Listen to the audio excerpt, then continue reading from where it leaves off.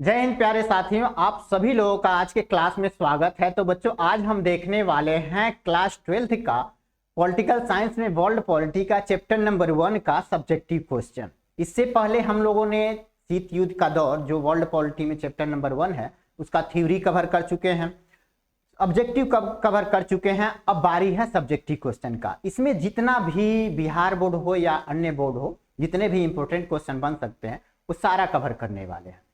ये आपके NCERT book में देखने को नहीं मिलेगा, फिर भी इसका क्वेश्चन कहीं ना कहीं आपके क्वेश्चन पेपर में, जो एग्जाम बोर्ड पेपर है, उसमें देखने को मिल ही जाता है। तो चलिए हम लोग एक एक करके सारा क्वेश्चन कवर करते हैं।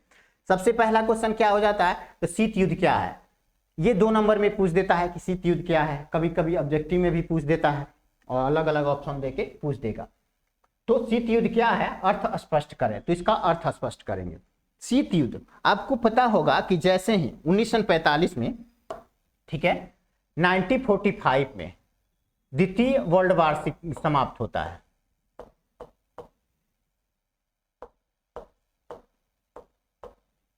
द्वितीय वर्ल्ड वार जो 1939 से लेके 1945 तक चलता है। और जैसे ही द्वितीय वर्ल्ड वार समाप्त होता है तो दुनिया के सामने 2 महाशक्ति उभर के आती है। 2 ही महाशक्ति। उसके बाद जो भी देश थे वो, उनकी अर्थव्यवस्था या तो तबाह थी या तो वो देश गुलाम थे।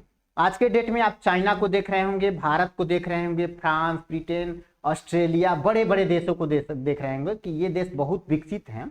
ये भी अमेरिका, रसिया को टक्कर दे सकते हैं। लेकिन उस समय इनकी स्थिति बहुत दयनीय थी। 1945 वाली स्थिति जो थी, उस समय भारत और चीन तो खुदे गुलाम थे। भारत 47 में आजाद हुआ, चाइना 1949 में आजाद हुआ, तो ये तो खुद ही गुलाम थे। और ब्रिटेन उस समय का राजा हुआ करता था, पूरी दुनिया पे उसी का राज हुआ करता था। लेकिन द्वितीय वर्ल्ड वार में उसको जर्मनी के द्वारा इतना बमबारी किया गया था, हिटलर के द्वारा ब्रिटेन को पूरी तरह तबाह कर दिया गया था, साथ में फ्रांस को भी तबाह कर दिया था।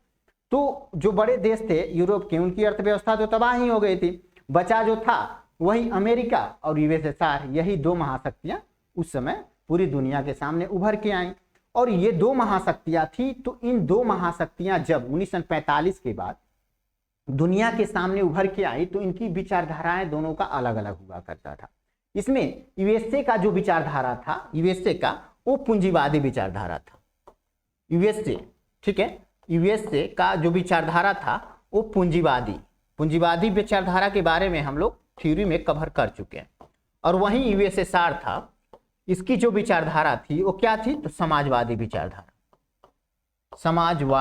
विचारधारा। अब यूएसए पूरी दुनिया में पूंजीवादी विचारधारा को फैलाना चाहता था कि पूरी दुनिया, अमेरिका चाहता था कि पूरी दुनिया पूंजीवादी को अपना ले। उसमें भारत हो, चाइना हो या कोई भी दुनिया का देश हो, अमेरिका चाहता था कि वो पूंजीवादी ही अपना ले। तब आपके मन में सवाल आएगा कि सर, इसकी विचारधारा अगर हम लोग अपना ही लेते तो उसको क्या फायदा होता। उसको फायदा ये होता कि हम जब उसके विचारधाराओं को अपना लेते ना, तो उसके यहाँ के कल्चर हमारे यहाँ स्थापित हो जाता, उसके शासन प्रणाली हमारे यहाँ स्थापित हो जाता, उसका जो रहने खाने पीने हर एक चीज व्यवस्था जो है वहाँ का, वो हमारे यहाँ स्थापित हो जाता। और मेंटली तौर पे हम उसके गुलाम हो जाते। समझे? तो आप ही देख लो, किसी व्यक्ति का, कोई आपका सलाहकार है या किसी के द्वारा राह आपको प्रदान किया जा रहा होता है, तो आप उसकी बातों को मानते हैं, तो आपके लिए वो भगवान के समान होता है या एक सम्मानीय व्यक्ति के समान होता है। आप मेंटली तौर पे उसके गुलाम होते हैं। वो कुछ कहेगा तो आप करने के लिए बाध्य होते हैं। तो वैसे ही ये अपनी विचारधाराएं पूरी दुनिया पे थोपना चाह रही थी। ये दोनों महाशक्ति थोप देती तो इन्हीं की पूरी दुनिया पे चलती। तो उसी क्रम में अमेरिका चाहता था कि पूरी दुनिया पूंजीवाद को अपना ले, और वहीं यूएसएसआर चाहता था कि पूरी दुनिया समाजवाद को अपना ले। अभी उसमें भी कुछ देश थे दुनिया के जो पूंजीवाद अपनाए हुए थे, अमेरिका के प्रभुत्व में आके पूंजीवाद को अपना लिए थे। और कुछ देश थे जो इसके प्रभुत्व में आके, इसके दबाव में कहिए या इसके तरह से साथ मिलके समाजवाद को अपना लिए थे। ठीक है, तो यानी इन्हीं दोनों विचारधाराओं की जो लड़ाई थी ना, वही शीत युद्ध हुआ। स्पष्ट रूप से, प्रत्यक्ष रूप से ये कहीं भी लड़े नहीं, कहीं भी इनकी लड़ाई नहीं हुई। लेकिन जो इनके सहयोगी देश थे ना, वो इसके सहयोगी देश से लड़ते थे। मतलब इनका चिमचा इसके चिमचा देश से लड़ता था। जो होता है ना, नेता के आगे पीछे घूमने वाले, दूसरे नेता के आगे पीछे घूमने वाले, दोनों आपस में लड़ लेते हैं, लेकिन नेता कभी नहीं लड़ता। वैसे ही इनकी स्थिति थी, ठीक है। वो लड़ते थे, इनके सहयोगी देश आपस में लड़ते थे, लेकिन ये नहीं लड़ते थे। ये कभी भी प्रत्यक्ष नहीं लड़े, ये कतरा खून नहीं बहा इन दोनों देशों के बीच। लेकिन पूरी दुनिया 46 साल तक एक भयावह युद्ध की स्थिति में जी रही थी। लग रहा था कि कब युद्ध हो जाएगा, ठीक है। तो यही था शीत युद्ध। चलिए देख लेते हैं हम लोग। द्वितीय विश्व युद्ध की समाप्ति के पश्चात विश्व पटल पर दो महाशक्तियां उभर कर आई। एक था संयुक्त राज्य अमेरिका, जो पूंजीवादी और उदारवादी विचारधारा का समर्थन था, तो वहीं दूसरा सोवियत संघ, जो समाजवादी विचारधारा का समर्थन था, ठीक है। दोनों ने अपनी अपनी विचारधारा और शक्ति के प्रसार का प्रयास करता है। अमेरिका अपने विचारधारा और शक्ति का प्रसार करना चाह रहा है पूरी दुनिया में, और सोवियत संघ अपने शक्ति का प्रसार या अपने विचारधारा का प्रसार पूरी दुनिया में करना चाह रहा है। और उसके इस प्रयास ने विश्व में तनावपूर्ण माहौल को जन्म दिया। इसी तनावपूर्ण स्थिति को शीत युद्ध कहा गया। ओके, यही जो 46 साल तक, पूरे 46 साल तक पूरी दुनिया में एक तनावपूर्ण स्थिति बनी रही, इसी को शीत युद्ध कहा गया, जिसमें प्रत्यक्ष रूप से कोई युद्ध तो नहीं हुआ, परंतु युद्ध की स्थिति हमेशा बनी रही। प्रत्यक्ष रूप से, प्रत्यक्ष का मतलब यूएसए और यूएसएसआर, अगर ये दोनों आपस में लड़ लेते, एक भी गोली एक दूसरे के ऊपर चल जाती, तो प्रत्यक्ष युद्ध कहलाता। लेकिन प्रत्यक्ष रूप से इन दोनों के बीच कोई युद्ध हुआ ही नहीं, लेकिन फिर भी पूरी दुनिया में युद्ध होता रहा। जैसे क्या होता है ना, अमेरिका के सहयोगी देश, उसके सहयोगी देश तीसरे देश में जाके लड़ लेते थे, खेत उसका जला, उसके यहाँ की एक तरह से बिल्डिंगें बर्बाद हुई। अमेरिका और यूएसएसआर का क्या जाता है उसमें, तो वही कहते हैं ना, दूसरे के खेत में लड़ लो, उसका खेत जलेगा, तुम्हारा क्या जाएगा।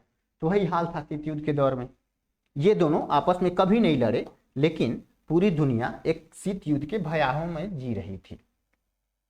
आगे हम लोग देख लेते हैं तनाव शैथिल्य क्या है। ये भी क्वेश्चन बनता है, तनाव शैथिल्य क्या है। ओके, तो शीत युद्ध के दौरान दोनों महाशक्ति अमेरिका और सोवियत संघ खुद को दूसरे से बेहतर दिखाने की कोशिश करते थे। शीत युद्ध के दौरान विचारधाराओं के मामले में ही दोनों एक दूसरे से बेहतर दिखाने की कोशिश करते थे।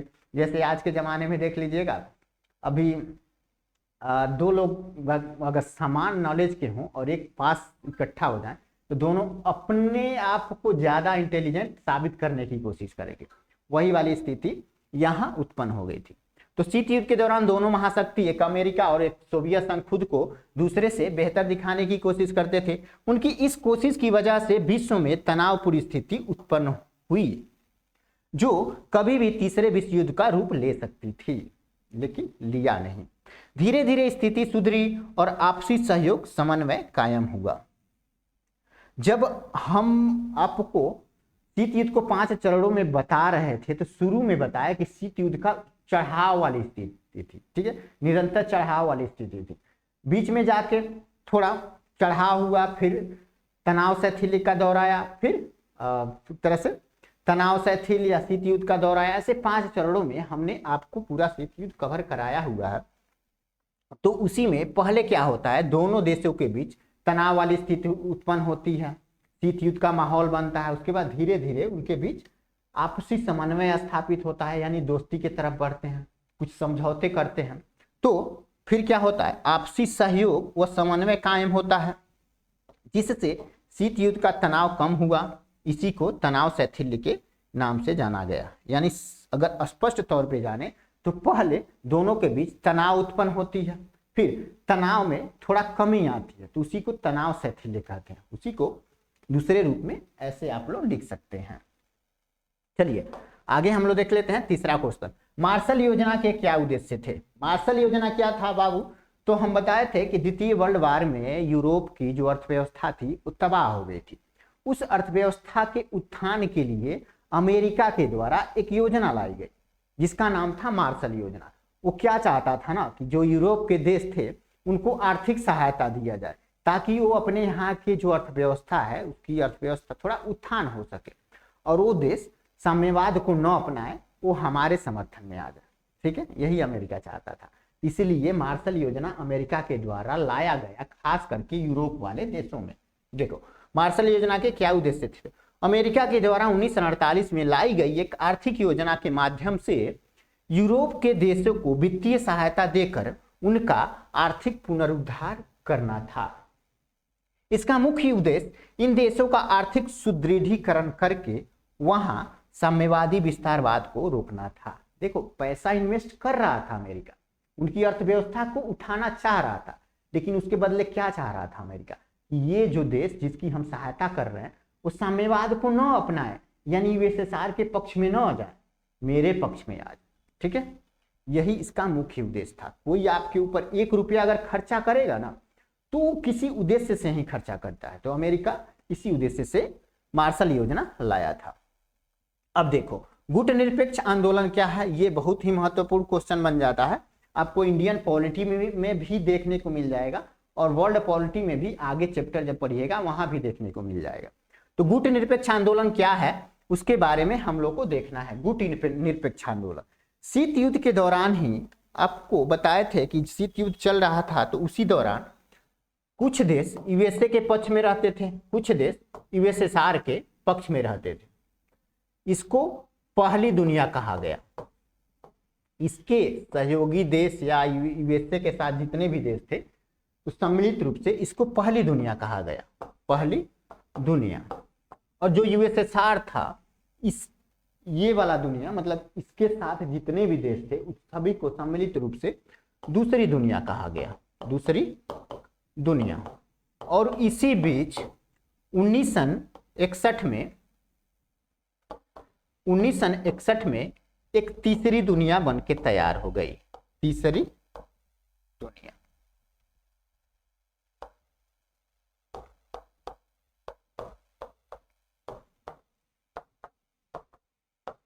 तीसरी दुनिया जिसको क्या कहा गया, गुट निरपेक्ष आंदोलन, गुट निरपेक्ष आंदोलन। ओके, गुट निरपेक्ष आंदोलन। तो कभी कभी इसको तीसरी दुनिया भी कहा जाता है। यूएसए वाला पक्ष जो था उसको पहली दुनिया कहा गया, यूएसएसआर का पक्ष वाला दूसरी दुनिया, और इसको गुट निरपेक्ष आंदोलन का तीसरी दुनिया भी कहा जाता है। ठीक है, तो इसी के बारे में हम लोग को चर्चा करना है। 1961 में गुट निरपेक्ष आंदोलन का एक तरह से पहला सम्मेलन होता है या स्थापना कह सकते हैं, इसको तीसरी दुनिया भी कहते हैं। चलिए इसके बारे में हम लोग देख लेते हैं। गुट निरपेक्ष आंदोलन क्या है। तो शीत युद्ध के दौरान एशिया, अफ्रीका और लैटिन अमेरिका के 9 स्वतंत्र देश, यानी कि जो नए नए आजाद हुए थे उन देशों की बात किया जा रहा है। 9 स्वतंत्र देश अमेरिका तथा सोवियत संघ के गुट से खुद को अलग रखना चाहते थे। यानी एक तो नया नया स्वतंत्र हुए थे और खुद को नहीं चाहते थे कि हम किसी गुट में शामिल हो। इनको डर था भाई अभी इसके गुट में जाएंगे और बाद में हम इसी के अगर गुलाम बन जाए तो क्या होगा। इसी डर से ये किसी भी गुट में नहीं शामिल होना चाहते थे। उसमें एक भारत भी हुआ करता था और नया नया भारत भी आजाद हुआ था तो भारत में इसमें शामिल था। इन देशों ने खुद को गुटीय राजनीति से अलग रखते हुए सभी देशों के साथ संबंध रखने का जो नीति अपनाई वही गुट निरपेक्ष आंदोलन के नाम से जाना गया। यानी ये देश खुद किसी गुट में शामिल नहीं होना चाहते थे, लेकिन सभी देशों के साथ एक मित्रतापूर्ण संबंध स्थापित करना चाहते थे। ठीक है, जो नए नए देश आजाद हुए थे वो ना ही अमेरिका के गुट में जाना चाहते थे, ना ही यूएसएसआर के गुट में जाना चाहते थे, लेकिन ये चाहते थे कि हमारा संबंध सभी देशों के साथ अच्छा बना रहे। ठीक है, ये शीत युद्ध के समर्थन में नहीं थे, इसलिए ये गुट निरपेक्ष आंदोलन में भाग लिए और इसके सदस्य देश बने। यहाँ देखिएगा, तो यहाँ एशिया के भी देश थे, जैसे भारत हो गया, इंडोनेशिया हो गया, ये तो एशिया से ही आते हैं। यूरोप के भी युगोस्लाविया हो गया, मार्शल टीटो वगैरह, ये इसमें शामिल हो गए। अफ्रीका के भी देश थे, मिस्र और घाना, ये भी इसमें शामिल हो गए।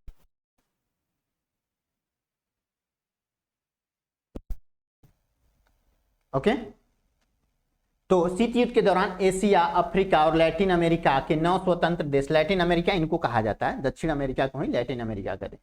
9 स्वतंत्र देश अमेरिका तथा सोवियत संघ के गुट से खुद को अलग रखना चाहते थे। इन देशों ने खुद को गुटीय राजनीति से अलग रखते हुए सभी देशों के साथ संबंध रखने की जो नीति अपनाई वही गुट निरपेक्ष आंदोलन के नाम से प्रसिद्ध हुआ। ये 2 नंबर का क्वेश्चन बनता है और एक मतलब पॉइंट में भी नंबर नहीं कटेगा, ऐसे आप लोग लिखिएगा। तो चलिए आगे हम लोग देखते हैं। अब थोड़ा लॉन्ग क्वेश्चन देख लेते हैं 5 नंबर वाले में, ठीक है।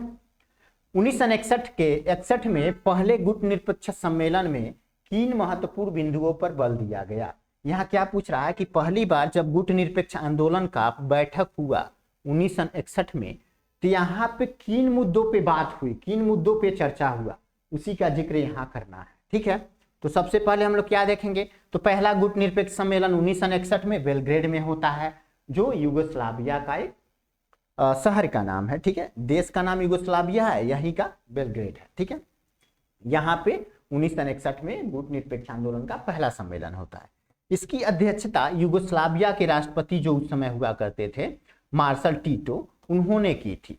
भारत की ओर से प्रधानमंत्री नेहरू ने इस सम्मेलन में भाग लिया था, ठीक है। आगे हम लोग देखते हैं। इस सम्मेलन में गुट निरपेक्ष देशों ने अपने हितों को स्पष्ट किया। कहने का यहाँ सीधा मतलब है कि जो भी देश गुट निरपेक्ष सम्मेलन में भाग लिए, उन्होंने अपने देश को ध्यान में रखते हुए अपनी बात को रखा कि भाई हमें ये दिक्कत है, हम गुट निरपेक्ष रहना तो चाहते हैं, लेकिन हमारी अर्थव्यवस्था तबाह है, हम नए नए स्वतंत्र हुए हैं, मतलब इस टाइप की अपनी अपनी समस्याएं सबने रखी और उस पर बात विचार विमर्श हुआ। उसके बाद कुछ निष्कर्ष निकाले गए, ठीक है, जो अग्रलिखित है। अब उसमें क्या क्या प्रावधान बने, किन किन बातों पे चर्चा हुई, उसके बारे में हम लोग देखेंगे, ठीक है। तो पहला क्या वहां पे,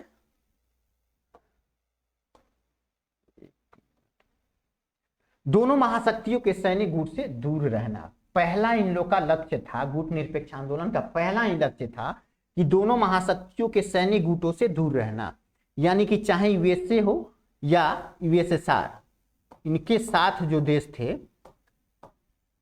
जैसे अब देखिएगा उस समय यूएसए के साथ पाकिस्तान भी था, ब्रिटेन भी था, फ्रांस भी था, इराक भी था, ईरान भी था, अन्य देश भी इसके सहयोगी देश हुआ करते थे। तो उस समय पहला लक्ष्य क्या था कि दोनों महाशक्तियों के जो सैनिक गुट थे उनसे अलग रहना, यानी कि जो नेम अपना रहा है, यानी गुट निरपेक्ष आंदोलन में शामिल हो रहा है, उसके सामने पहला कंडीशन होगा कि जो दोनों महाशक्तियों की जो सैनिक गुट है उससे दूर रहेगा। दूसरा क्या हो जाता है, तो शीत युद्ध की निंदा करना, यानी हम कभी भी शीत युद्ध की बड़ाई नहीं करेंगे, हर स्थिति में हम शीत युद्ध का निंदा ही करेंगे कि शीत युद्ध किसी भी मामले में सही नहीं है। यही लक्ष्य था गुट निरपेक्ष आंदोलन का। तीसरा लक्ष्य क्या हो जाता है कि हर मुद्दे को उसके गुणों पर आंकना, यानी शीत युद्ध के दौरान जो भी मुद्दा आता है, जैसे कोरियाई युद्ध आ गया, तो कोरियाई युद्ध आ गया, या कोई भी नई घटनाएं घट जाती हैं, कोई भी एक अंतर्राष्ट्रीय मुद्दा सामने आता है, तो उसमें सबसे पहले उसके गुणों पर ध्यान देंगे, उनकी बुराइयों पे नहीं। इसमें अच्छाई क्या है, बुराई क्या है, उसको स्पष्ट करेंगे निष्पक्ष भाव से, किसी के पक्ष में न रहते हुए एकदम जो सही है वही दुनिया के सामने प्रस्तुत करेंगे, ठीक है। तो हर मुद्दे को उसके गुणों पर आंकना। चौथा क्या हो जाता है, तो स्वतंत्र विदेश नीति अपनाना, ठीक है। किसी के दबाव में आके, किसी दो महाशक्तियां हुआ करती थी, उनके दबाव में आके अपनी विदेशी नीति न बदल लेना, यानी कि स्वतंत्र विदेशी नीति अपनाना। जैसे हम अगर स्वतंत्र विदेशी नीति अपना रहे हैं, हमारा मन किया तो हम किसी देश से दुश्मनी रखेंगे या किसी देश से दोस्ती रखेंगे, ये हमारे मर्जी के ऊपर है, न कि अमेरिका या यूएसएसआर के कहने पे हम कुछ करेंगे। यानी कि हम उन देशों के कहने पे कुछ नहीं करेंगे, हम अपनी मर्जी से दूसरे देश के साथ संबंध स्थापित करेंगे, किसी के दबाव में आके नहीं करेंगे। तो यही होता है स्वतंत्र विदेशी नीति अपनाना। आगे हम लोग देख लेते हैं मित्रता व परस्पर लाभ की, यहां मित्रता, ठीक है, मित्रता व परस्पर लाभ की नीति अपनाना, यानी हम अगर गुट निरपेक्ष आंदोलन के सदस्य बन रहे हैं तो हमारे बीच मित्रता का भाव हमेशा बना रहे, या एक दूसरे के लाभ के बारे में हम लोग सोचते रहेंगे, ठीक है। यही मुद्दा थी मित्रता व परस्पर लाभ की नीति अपनाना। उसके बाद क्या था, तो विवादों का शांतिपूर्ण निपटारा करना। अगर बाई चांस कोई विवाद हो जाता है, जैसे मान लो गुट निरपेक्ष आंदोलन, जिसको शॉर्ट में नैम बोलते हैं, नॉन एलाइड मूवमेंट, इनमें मान लो 25 देश शुरू में थे, और इन 25 देशों में कोई दो देशों में झगड़ा हो जाता है, विवाद हो जाता है, उसका कंडीशन क्या था कि झगड़ा हो जाने पे, विवाद हो जाने पे झगड़ा उगड़ा नहीं करना है, बैठ के शांतिपूर्ण तरीके से उसका निपटारा कर लेना है। यही इसका एक उद्देश्य था। और अंतिम उद्देश्य क्या था? तो संयुक्त राष्ट्र संघ को पूरा समर्थन देना। यूएनओ चैप्टर नंबर 5 में आपको देखने को मिलेगा, वहां पे बहुत बढ़िया से इसके बारे में हम लोग चर्चा करेंगे, ठीक है। तो यूएनओ जो अंतर्राष्ट्रीय लेवल पे काम करता है, पूरे दुनिया में शांति स्थापित करने का कार्य करता है, पूरे दुनिया को उत्थान करने का कार्य करता है, तो इसकी हमेशा समर्थन करने की बात भी की गई थी, ठीक है। तो ये सारा मुद्दा प्रथम गुटनिरपेक्ष आंदोलन में उठाया गया था और इसी पे चर्चा हुआ। ओके, आगे हम लोग देख लेते हैं नेक्स्ट क्वेश्चन। गुटनिरपेक्ष आंदोलन अब अप्रासंगिक हो गया है। क्या हो गया है? तो गुटनिरपेक्ष आंदोलन अब अप्रासंगिक हो गया। कहने का यहाँ सीधा मतलब है गुटनिरपेक्ष आंदोलन का महत्व अब खत्म हो गया है। अपने विचार प्रस्तुत कीजिए। मतलब एग्जामिनर कह रहा है कि शीत युद्ध तो खत्म हो गया, शीत युद्ध के दौरान ही कंडीशन देखते हुए नेम की स्थापना हुई थी, यानी गुटनिरपेक्ष आंदोलन की स्थापना हुई थी, लेकिन अब तो शीत युद्ध खत्म हो गया, तो क्या गुटनिरपेक्ष आंदोलन का महत्व भी खत्म हो गया? ये आप बताइए, आपसे पूछ रहा है, ठीक है, आप बताइए। तो कैसे आप लोग लिखेंगे? तो देखिए यहाँ क्वेश्चन बढ़िया से समझ लीजिएगा। गुटनिरपेक्ष आंदोलन अब अप्रासंगिक हो गया, यानी कि अब महत्व नहीं है इसका, ठीक है। अपने विचार प्रस्तुत कीजिए। तो आप कैसे विचार प्रस्तुत करेंगे वो देखते हैं। मेरे विचार से गुटनिरपेक्ष आंदोलन आज भी प्रासंगिक है। अब क्यों है वो हम बताएंगे। तो सोवियत संघ के विघटन के बाद विश्व एक ध्रुवीय बन गया, यानी कि सोवियत संघ 1991 में टूट गया। उसके बाद पूरी दुनिया पर यूएसए का वर्चस्व स्थापित हो गया, यानी कि पूरी दुनिया एक ध्रुव बन गई। यदि गुटनिरपेक्ष देश मिलकर काम करें तो एक ताकत बन सकते हैं। क्या बन सकते हैं? एक ताकत बन सकते हैं। और ताकत बनेंगे तो केवल अमेरिका का वर्चस्व तो नहीं रहेगा ना, पूरी दुनिया में वर्तमान में अमेरिका का वर्चस्व बना हुआ है वो तो समाप्त हो जाएगी। तो ये एक फायदा है। यह देश संगठित होकर एक ध्रुवीय विश्व की चुनौतियों का सामना कर सकते हैं। अब पूरे जंगल में एक पहले 2 शेर हुआ करते थे, एक तो खत्म हो गया, बिखर गया, एक बचा। अब उसी का राज चलेगा, जिसका मन किया उसका शिकार कर लेगा। तो उस शेर को रोकने के लिए कुछ तो होना चाहिए ना, कोई शक्ति तो होना चाहिए ना। तो वही उसी शक्ति के रूप में गुटनिरपेक्ष आंदोलन यहाँ काम आ सकता है। यहाँ के जो भी सदस्य देश हैं आपस में अगर सहयोग करें तो अमेरिका को टक्कर दिया जा सकता है। उसको पूरी दुनिया में अकेले राज करने वाली छूट नहीं दी जा सकती है। ये वाली स्थिति यहाँ आ जाएगी। आगे हम लोग देखते हैं, सदस्य देश अंतर्राष्ट्रीय शांति, सुरक्षा, समृद्धि के लिए एकजुट होकर सामूहिक रूप से कार्य कर सकते हैं। जो भी नेम के यानी गुटनिरपेक्ष आंदोलन के 120 सदस्य देश हैं वो आपस में मिलके पूरी अंतर्राष्ट्रीय शांति बनाए रख सकते हैं। पूरी दुनिया में जो हर जगह युद्ध हो रहा है उन युद्ध को रोक सकते हैं, यानी कि अंतर्राष्ट्रीय शांति बनाए रख सकते हैं, एक दूसरे की सुरक्षा कर सकते हैं। दुनिया में कहीं कोई देश अगर किसी संकट में है तो उसकी सुरक्षा भी कर सकते हैं। पूरी दुनिया में समृद्ध स्थापित कर सकते हैं, यानी पूरी दुनिया का विकास कर सकते हैं। उसके लिए एकजुट होकर सामूहिक रूप से कार्य कर सकते हैं। अब वर्तमान अंतर्राष्ट्रीय परिवेश में अमेरिका के प्रभाव से मुक्त रहने के लिए गुटनिरपेक्ष राष्ट्रों का आपसी सहयोग और भी अधिक प्रासंगिक है।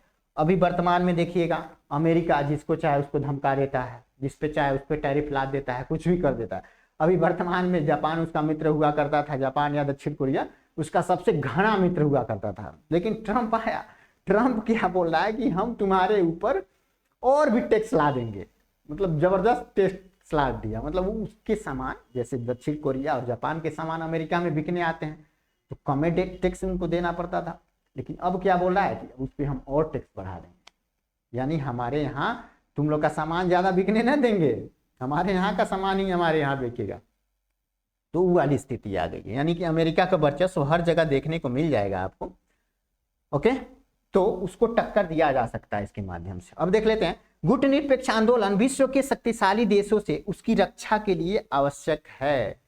ओके, अगर आप गुट निरपेक्ष आंदोलन के सदस्य है, अगर कोई देश है तो उसे उसके दुश्मन देश है या उससे जो शक्तिशाली देश है जो बार बार उसको धमकी देता है, उससे निजात पाया जा सकता है। गुट निरपेक्ष आंदोलन के माध्यम से निशस्त्रीकरण की आवाज उठाई जा सकती है, जो गुट निरपेक्ष देशों को सुरक्षा प्रदान करती है। यहाँ क्या कह रहा है कि गुट निरपेक्ष आंदोलन के माध्यम से पूरी दुनिया में निशस्त्रीकरण की आवाज उठाई जा सकती है। निशस्त्रीकरण का मतलब क्या होता है कि पूरी दुनिया आज के डेट में नए नए आधुनिक हथियार बनाने के होड़ में लगी हुई है। अमेरिका अलग परमाणु बम, अलग नया नया प्रक्षेपास्त्र वगैरह हथियार वगैरह बना रहा है, हर देश बनाने में लगा हुआ है। चाइना हो, यूएसएसआर हो, अमेरिका हो, फ्रांस हो, ऑस्ट्रेलिया हो, ब्रिटेन हो, भारत हो, हर कोई अपना नया नया आधुनिक हथियार बनाने के चक्कर में पड़ा हुआ है। उसको रोकने का प्रयास किया जा सकता है इसके माध्यम से। भाई हथियार की जरूरत ही क्यों, निशस्त्रीकरण अपनाओ, यानी हथियार को त्यागो, भाईचारे के रास्ते पे चलो। ये वाली स्थिति क्रिएट किया जा सकता है नैम के माध्यम से। ओके, आगे हम लोग देखते हैं। अधिकतर गुट निरपेक्ष देश विकासशील या अविकसित हैं। गुट निरपेक्ष देश जो हैं, गुट निरपेक्ष देश के 120 सदस्य देश हैं, वो ज्यादातर इसमें विकासशील हैं या अविकसित देश हैं, और सभी अपनी आर्थिक विकास समस्याओं से जूझ रहे हैं। हर एक देश अपनी अर्थव्यवस्था के उत्थान में ही लगा है, चाह रहा है कि हमारे यहाँ गरीबी दूर हो जाए। तो यह संगठन एक मंच के रूप में आर्थिक सहयोग को प्रोत्साहित कर सकती है। इस मंच की बात कर रहा है, गुट निरपेक्ष आंदोलन की बात कर रहा है। यानी गुट निरपेक्ष आंदोलन में 120 देश जो शामिल हैं, वो एक दूसरे की सहायता कर सकते हैं, टेक्नोलॉजी की सहायता कर सकते हैं या आर्थिक सहायता कर सकते हैं, कुछ भी सहायता करके उनकी अर्थव्यवस्था का उत्थान कर सकते हैं। ये इसके माध्यम से हो सकता है। अब अंतिम निष्कर्ष पे हम यही पहुंचते हैं कि निष्कर्षतः हम कह सकते हैं कि अंतर्राष्ट्रीय शांति, सुरक्षा, समृद्धि के लिए गुट निरपेक्ष आंदोलन की प्रासंगिकता आज भी है और भविष्य में भी बनी रहेगी। ठीक है, और ये क्वेश्चन प्रीवियस ईयर में पूछा हुआ है, तो आपके आने वाले एग्जाम में भी पूछ सकता है। ओके, आगे हम लोग नेक्स्ट क्वेश्चन देख लेते हैं। उदारवाद से आप क्या सकते हैं? उदारवाद शब्द की उत्पत्ति अंग्रेजी शब्द लिबरल से हुई है, जिसका अर्थ क्या होता है? तो स्वतंत्रता होती है। क्या होता है? तो इसका सामान्य अर्थ स्वतंत्रता होता है। इस संदर्भ में देश की सरकार द्वारा बिना किसी स्वार्थ के नागरिकों को पूर्ण रूप से स्वतंत्रता देना ही उदारवाद कहलाती है। यानी किसी देश में, जैसे अमेरिका क्या चाह रहा था, अपने यहाँ पूंजीवादी उदारवादी लोकतंत्र स्थापित करना, उसी में का जो उदारवाद है उसके बारे में पूछ रहा है। ठीक है, तो इसका सीधा मतलब क्या होता है? तो नागरिकों को पूर्ण रूप से स्वतंत्रता देना ही उदारवाद कहलाता है। उदारवाद मुख्य रूप से नागरिकों के व्यक्तिगत अधिकार जो होते हैं वो देना होता है। समाजवाद में व्यक्तिगत अधिकार नहीं होता है, ध्यान रखना। व्यक्तिगत अधिकार का मतलब क्या है कि आप भारतीय संविधान के आर्टिकल 19(1) में 1 से लेके पहले 7 हुआ करता था, अभी 6 है, वो पढ़ोगे तो वहां पे हर एक चीज देखने को मिलेगा जो क्या होता है नागरिकों के मूल अधिकार में जो शामिल है, व्यक्तिगत अधिकार, वो वहां देखने को मिलेगा। तो उदारवाद मुख्य रूप से नागरिकों के व्यक्तिगत अधिकार, लिंग समानता, यानी कि उदारवाद में लिंग भेद नहीं किया जाता है, महिला और पुरुष वाला भेद नहीं किया जाता है। धर्मनिरपेक्ष देश होता है, जो उदारवाद देश होगा वो धर्मनिरपेक्ष होगा। धर्मनिरपेक्ष का क्या मतलब होता है? तो धर्मनिरपेक्ष में, भारत जैसे धर्मनिरपेक्ष देश है, तो धर्मनिरपेक्ष में ये होता है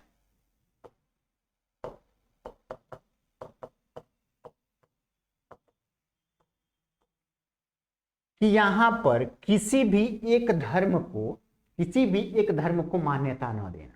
ठीक है, यहाँ पे हर धर्म के लोग रहेंगे, चाहे 1 धर्म, 2 धर्म, 3 धर्म, 4 धर्म, 5 धर्म, मतलब हर प्रकार के धर्म यहाँ पे रहेगा, लेकिन देश किसी भी धर्म को नहीं मानेगा और सभी धर्मों को सम्मान देगा, यानी बराबर का सम्मान देगा।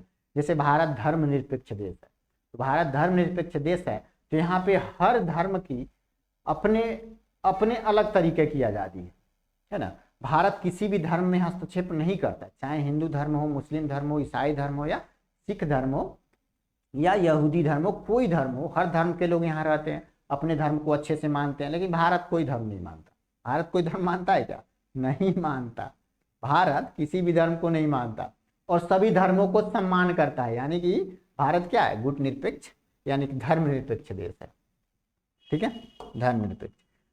तो यहाँ पे उदारवाद में यही होता है कि यहाँ नागरिकों को व्यक्तिगत अधिकार मिलते हैं, लिंग समानता देखी जाती है, यानी महिला पुरुष में भेदभाव नहीं किया जाता है, धर्मनिरपेक्ष होता है, वहाँ पे लोकतंत्र होता है, यानी समाजवाद नहीं होता है, वहाँ पे लोकतंत्र होता है। लोकतंत्र का मतलब क्या होता है कि जनता एक प्रतिनिधि चुन के देश को चलाने के लिए संसद पे भेजती है और वही प्रतिनिधि पूरे देश को चलाता है, वही होता है लोकतंत्र।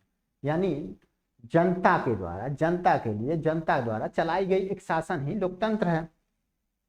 लोकतंत्र पूंजीवादी आदि का समर्थन करता है। ठीक है, ये पूंजीवादी का भी समर्थन करता है, लोकतंत्र का, धर्मनिरपेक्ष का, लिंग समानता, इस सब का समर्थन करता है। ओके, आगे हम लोग देख लेते हैं पूंजीवाद से आप क्या समझते हैं। तो पूंजीवाद एक आर्थिक व्यवस्था है जहां निजी व्यवसाय और व्यापार को प्रोत्साहित किया जाता है। इस व्यवस्था में बाजार सरकार के अधीन नहीं होती है। इसका मतलब सरकार के पास इसका स्वामित्व नहीं होता है। ठीक है, न ही सरकार इसे निर्देशित करती है। यह साम्यवाद के विपरीत होता है। यहाँ पूंजीवाद सीधे कहने का मतलब है कि जो देश पूंजीवाद अपनाया हुआ है, वहां की अर्थव्यवस्था पे सरकार का कंट्रोल नहीं होता। उसकी अर्थव्यवस्था पे पूंजीपतियों का, बिजनेसमैन का कंट्रोल होता है। जैसे अमेरिका में देखोगे तो अमेरिका में पूंजीपति जो एलन मस्क है, पूरे देश को चला रहा है ना। वहाँ अगर समाजवाद होती तो उतना आगे नहीं बढ़ पाता एलन मस्क। आज अंतरिक्ष का राजा नहीं रहता वो, वहाँ पे पूंजीवाद है। तो पूंजीवाद में क्या होता है ना, अर्थव्यवस्था पे किसी का कंट्रोल नहीं रहता, और समाजवाद में अर्थव्यवस्था पर सरकार का कंट्रोल होता है। हम पूंजीवाद और समाजवाद जब आप लोग को बता रहे थे तो उस समय क्या बताए थे कि जैसे मान लो ये हो गया पूंजीवाद और ये हो गया समाजवाद।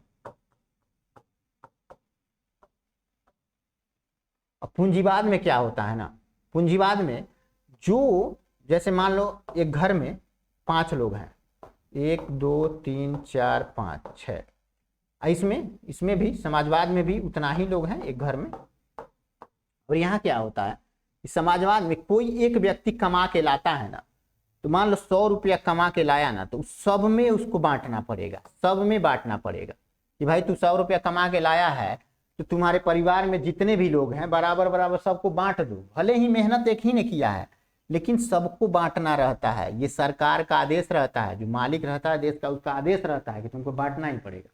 और वहीं पूंजीवाद में क्या होता है ना, एक व्यक्ति अगर घर में कमाया पैसा, 100 रुपया कमा के लाया, उस पर पूरा अधिकार इसी का रहता है। वो इन सबको नहीं देगा, इसमें किसी को नहीं देगा, खुदे रखे रहेगा सब। यही अंतर है।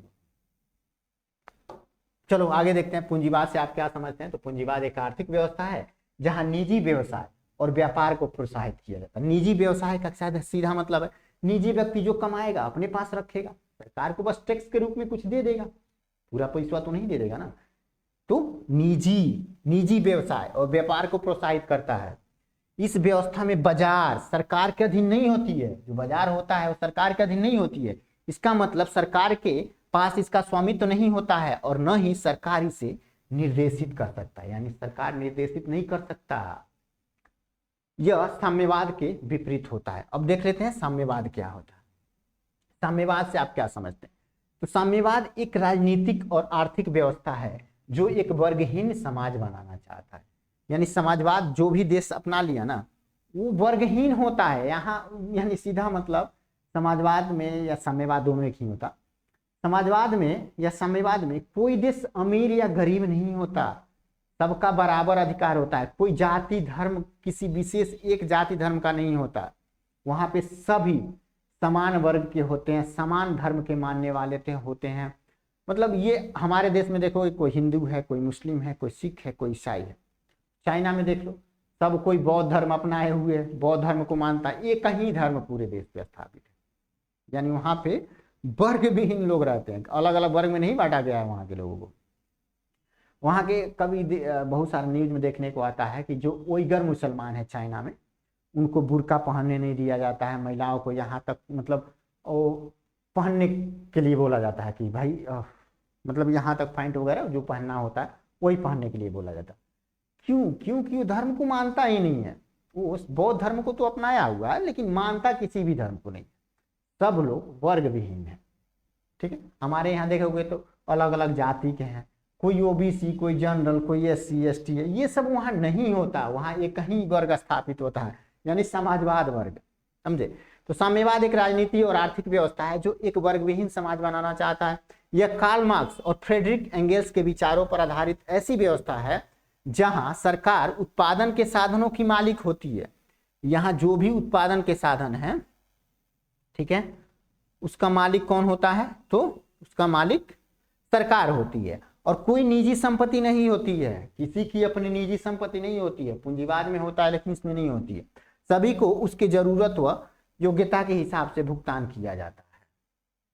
अब आगे हम लोग देख लेते हैं उपनिवेशवाद से आप क्या समझते हैं। यहाँ पूछ रहा है गुलामी से क्या समझते हैं। उपनिवेशवाद गुलामी को ही कहते हैं। किसी समृद्ध एवं शक्तिशाली राष्ट्र द्वारा अपने विभिन्न हितों को साधने के लिए किसी निर्बल परंतु प्राकृतिक संसाधनों से परिपूर्ण राष्ट्र के विभिन्न संसाधनों का शक्ति के बल पर उपयोग करना ही एक तरह से उपनिवेशवाद है। अब दो शब्द में समझाएं तो मान लो यहां क्या हो गया, अंग्रेज हो गए और ये भारत हो गया। अब मान लो भारत क्या है ना, ये देश समृद्ध है और शक्तिशाली है। ये देश क्या है, पैसा के मामले में समृद्ध है और हथियार के मामले में भी शक्तिशाली है। और इस देश के पास उतना शक्तिशाली नहीं है लेकिन इसके पास प्राकृतिक संसाधन ज्यादा है, और ये देश इस पे आता है, इसको गुलाम बना लेता है और इसके जितने भी प्राकृतिक संसाधन है उसका दोहन करता है, यानी अपने उठा के अपने यहाँ लेके चला जाता है, सारा प्राकृतिक संसाधन लूट लेता है। इसीलिए तो कहा जाता है कि भारत पहले सोने की चिड़िया हुआ करती थी लेकिन अब क्या है, अब सोने की चिड़िया नहीं कोयले की चिड़िया हो गई है, समझे। अब भारत सोने की चिड़िया नहीं है क्योंकि अंग्रेज सोने की चिड़िया को लूट लिए हैं। तो वही होता है, ये कह सकते हैं भारत अंग्रेजों का उपनिवेशवाद था, यही स्थिति।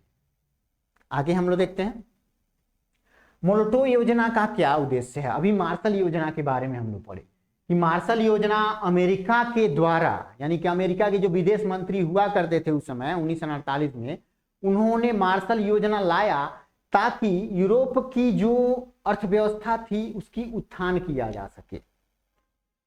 अब यूरोप की अर्थव्यवस्था का उत्थान करने के लिए अमेरिका द्वारा मार्शल योजना लाया जाता है, तो उसी के विरुद्ध में यूएसएसआर के द्वारा मोल्टो योजना लाया जाता है कि भाई तू यूरोप को पैसा देके अपने तरफ खींच रहा है, लोभ दे रहा है कि हम तुम्हारी अर्थव्यवस्था को सुधार देंगे, तुम मेरे तरफ आ जाओ, या रोक रहे हो कि तुम साम्यवाद को न अपनाओ।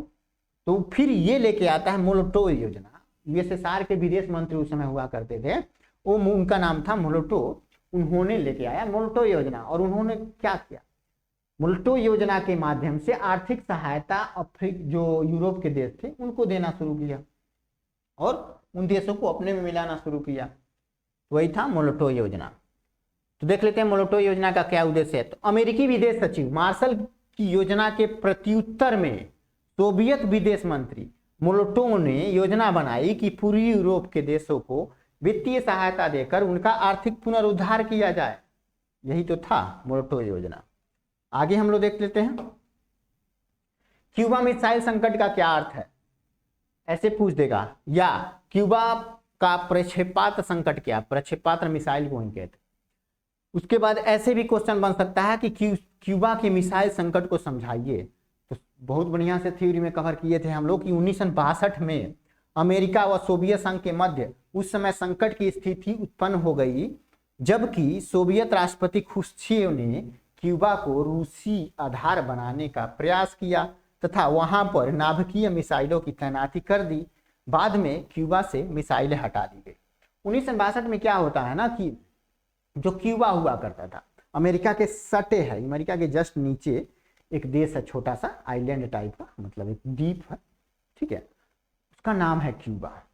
क्यूबा जो था ना वो रसिया का समर्थन हुआ करता था, यूएसएसआर का, लेकिन उस पर अमेरिका की नज़र थी कि जो वहाँ के फिदेल कास्त्रो, वहाँ के जो राष्ट्रपति हुआ करते थे क्यूबा का, फिदेल कास्त्रो, अमेरिका चाहता था कि फिदेल कास्त्रो को हटाकर वहाँ पे अमेरिका के पसंदीदा कुछ व्यक्ति को राष्ट्रपति बना दिया जाए। और ये बात पसंद न आई किसको? यूएसएसआर को, समझे? यूएसएसआर ने वहां आके मिसाइलें तान दी अमेरिका पे, भाई अगर ऐसा कुछ किया तो हम तुम्हें दाग देंगे, ठोक देंगे, छोड़ेंगे नहीं। ओके, तो वही था क्यूबा मिसाइल संकट। बाद में ये मिसाइल हटा ली गई, थोड़ा समझौता हुआ, फिर हटा ली गई। फिर नेक्स्ट देख लेते हैं हम लोग, उत्तर दक्षिण संवाद का क्या ध्येय है, या उत्तर दक्षिण संवाद का क्या उद्देश्य है। उत्तर दक्षिण संवाद के बारे में पूछ रहा है। चलो इसके बारे में हम लोग थोड़ा सा चर्चा कर लेते हैं। उत्तर दक्षिण संवाद क्या होता है। ये मान लो पूरा दुनिया है, ठीक है, यहाँ से बीच से अगर लाइन खींच दो तो ये वाला हिस्सा हो जाएगा उत्तर और ये वाला हिस्सा हो जाएगा दक्षिण, हो जाएगा ना। अब उत्तर वाला जो देश है, ये देखोगे कि उत्तर वाला देश जो है यहीं अफ्रीका, मतलब बड़े बड़े धनी देश सब इसी में है। अमेरिका, यूरोप, रसिया, जितने भी विकसित देश है ना वो उत्तर में ही रहते हैं, और जितने भी विकासशील या अविकसित देश हैं वो नीचे वाले दक्षिण में रहते हैं, ठीक है। ये यहाँ पे विकसित देश ही पाओगे, ज्यादातर देश विकसित ही पाओगे, और यहाँ पे ज्यादातर देश विकासशील या अविकसित देश ही देखने को मिलेगा दक्षिण में। पूरी दुनिया के उत्तर में विकसित देश रहते हैं और दक्षिण में अविकसित देश ज्यादातर और विकासशील देश रहते हैं। 1960 के दशक में क्या होता है ना कि यूएनओ संयुक्त राष्ट्र संघ की बात कर रहे हैं। संयुक्त राष्ट्र संघ दुनिया की सबसे बड़ी अंतर्राष्ट्रीय संगठन संयुक्त राष्ट्र संघ, ठीक है। यूएनओ ने एक चर्चा शुरू किया, उत्तर के देशों और दक्षिण देशों के बीच एक समन्वय स्थापित करने की कोशिश की, यानी कह सकते हैं दोस्ती स्थापित करने की कोशिश किया। और क्या कहा गया कि जो उत्तर के विकसित देश हैं वो दक्षिण के जो गरीब, विकासशील और विकसित देश हैं इनको ये टेक्नोलॉजी प्रदान करें, आर्थिक सहायता दें और इनकी अर्थव्यवस्था का विकास करें। मतलब कहने का सीधा मतलब जो विकसित देश हैं उनको मदद करनी चाहिए, जो गरीब देश हैं, विकासशील देश हैं और विकसित देश हैं इनकी मदद करनी चाहिए टेक्नोलॉजी के माध्यम से। अब ज़्यादातर टेक्नोलॉजी का विकास तो विकसित देश ही करते हैं, तो टेक्नोलॉजी देंगे अगर गरीब देशों को, विकासशील देशों को, तो ये उस टेक्नोलॉजी के माध्यम से अपने देश की अर्थव्यवस्था का उत्थान कर सकते हैं। तो उसी का पहल यूएनओ के द्वारा किया गया था, जिसको उत्तर दक्षिण संवाद के नाम से जाना गया। यानी उत्तर के देश और दक्षिण के देश के बीच एक संवाद हुआ, जो संवाद कराने का काम कौन किया? तो यूएनओ किया। इसी को उत्तर दक्षिण संवाद कहा गया। लेकिन ये संवाद असफल रहा। जो ये अमीर देश थे, विकसित देश उत्तर वाले, वो इन देशों की सहायता नहीं करना चाहते थे। तो उस कंडीशन में क्या हुआ, अब जो ये देश थे विकासशील और अविकसित देश थे, ये सोचे कि छोड़ इनको, अब हम इनकी सहायता नहीं लेंगे, बहुत भाव खा रहा है ससुरा, इनकी सहायता नहीं लिया जाएगा, अब हम लोग खुद संवाद करते हैं। हम लोग जो विकासशील और अविकसित देश हैं वो आपस में खुद संवाद करेंगे, ठीक है। तो ये सब संवाद करने लगे, इसको बाद में दक्षिण संवाद कहा गया। दक्षिण संवाद मतलब पहले तो चर्चा हुआ था उत्तर दक्षिण संवाद, लेकिन वो सफल नहीं हुआ, तो बाद में वो जाके दक्षिण संवाद हुआ। उसी के माध्यम से सभी देश आपस में एक दूसरे की सहायता करने लगे, ठीक है। देख लेते हैं उत्तर दक्षिण संवाद का क्या ध्येय है, या दूसरे तरह पूछेगा तो उत्तर दक्षिण संवाद का क्या उद्देश्य है। तो देख लो, सामान्यतः विश्व के धनी देश उत्तर में हैं, अभी बताए हैं, जबकि पिछड़े हुए या विकासशील देश की बहुसंख्या दक्षिण में है। यानी दक्षिण में जो देश हैं या तो अविकसित हैं या विकासशील हैं ज्यादातर।